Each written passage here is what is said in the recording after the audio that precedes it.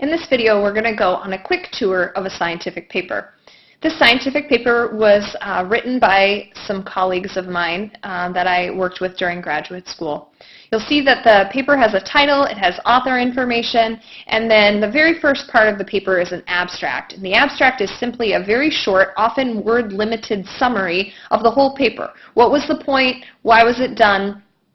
And what did we learn? And there's often keywords included as part of the abstract. The introduction is really important because this is where the authors kind of set the stage for the entire paper.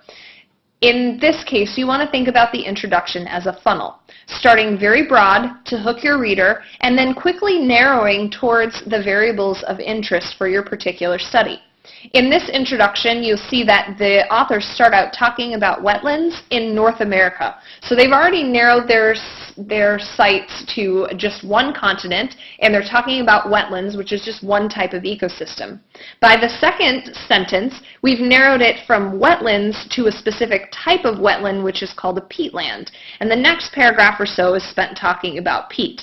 Then we're narrowing even further, so now we're not just in North America anymore, we are specifically in Alaska, and so they narrowed it down even further, and they're going to continue talking about Alaska for a little while.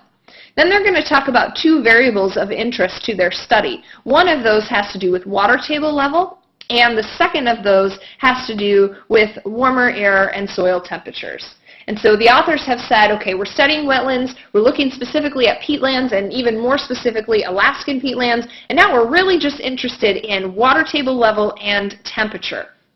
And so from there, they're actually going to say, you know, other studies have looked at pieces of this, but no one has done this. Our study is novel because this is taking a new approach, and we are predicting that this is going to happen. So the very last paragraph of the introduction is where you would put forth your hypotheses. You can see them talking about what they're doing in the experiment and what they predicted is going to happen.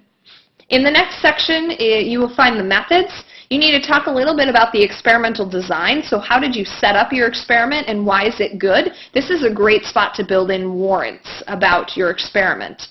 Then you're going to talk about some of the variables that you manipulate, and you are going to talk about any surveying that you did. So if you were measuring chlorophyll content, how did you do that? And what equipment did you use?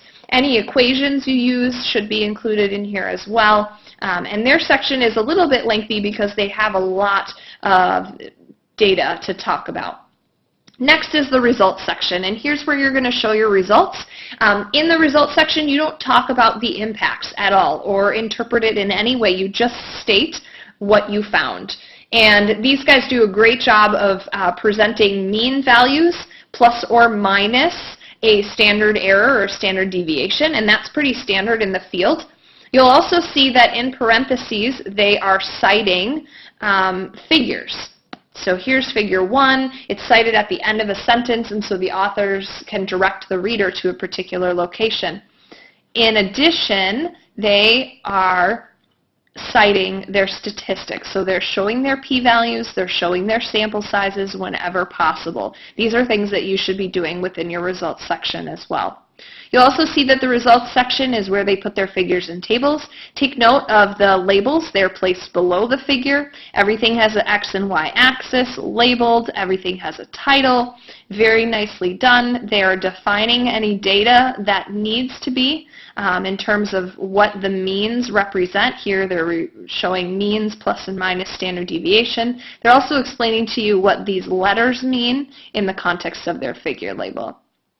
So they'll continue on showing additional data, defining anything that needs be. You can see that some of their figure labels can be quite lengthy. And then you get to the discussion, and this is really where you talk about what your results mean. So you're here explaining your evidence, which is what you present in the results. And the whole point of the discussion is to convince your reader that your data support the claim that you're making about your findings.